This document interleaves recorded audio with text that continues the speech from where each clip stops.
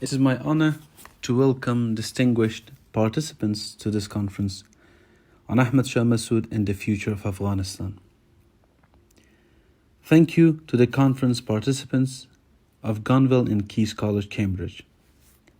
On behalf of the organizers of the conference and on behalf of the Massoud Foundation, I would like to thank you for your commitment and your support during this very difficult time for Afghanistan. 3 years ago, my colleagues and I spoke about the importance of holding a conference on the life and legacy of Ahmad Massoud at Cambridge. Since then, many have contributed to making this a reality, and I would like to sincerely express my gratitude to them. We have invited leading academics, journalists, politicians, and former military personnel who have devoted their work to Afghanistan, and we are grateful for their involvement. Today, I would like to reflect on the past to help us situate the current crisis that continues to unfold in Afghanistan. My hope is that some of the lessons of history can help us formulate a better and clearer vision for a peaceful future. If we take the emergence of modern Afghanistan as a starting point, what comes to light is a process of state formation that proved to be costly. As a buffer state between British India and Tsarist Russia, Afghanistan became important for imperial interests. This model of nation formation dictated a highly centralized political and administrative system. We believe that this long-standing model is not constructive to a country that is home to diverse communities, each of which is rich in its own history, languages, and cultural heritage.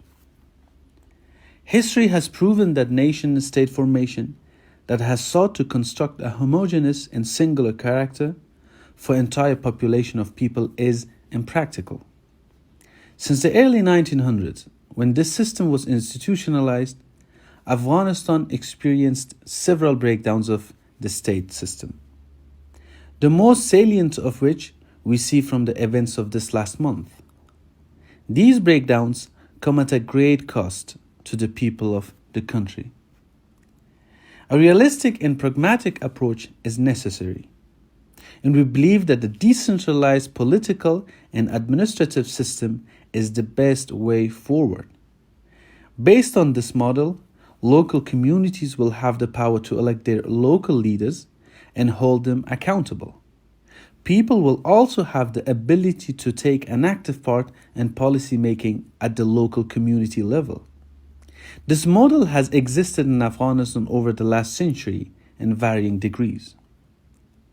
My father, the late Commander Ahmad Massoud, also pushed for this alternative vision to ensure social justice, dignity, and recognition for all, and stand against any colonial, neo-colonial, or pretensions in the garb of extremist groups such as the Taliban.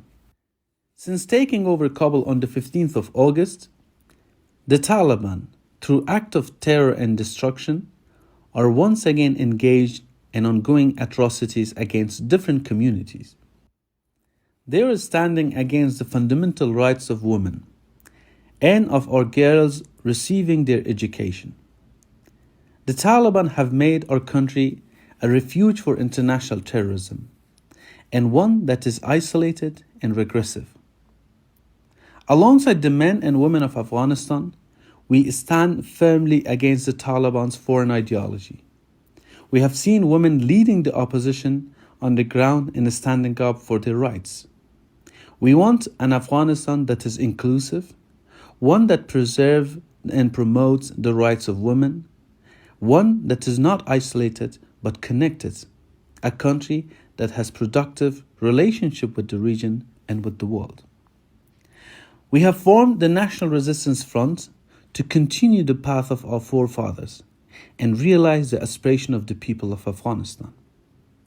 The goal of our resistance is the liberation of our land and the preservation of our rights and safeguarding our heritage and culture. Honoring the legacy and lessons of my father, There is indeed no cause more noble than fighting for justice, for truth, for freedom. Freedom from oppression and freedom from those who impose their rule and occupy our land.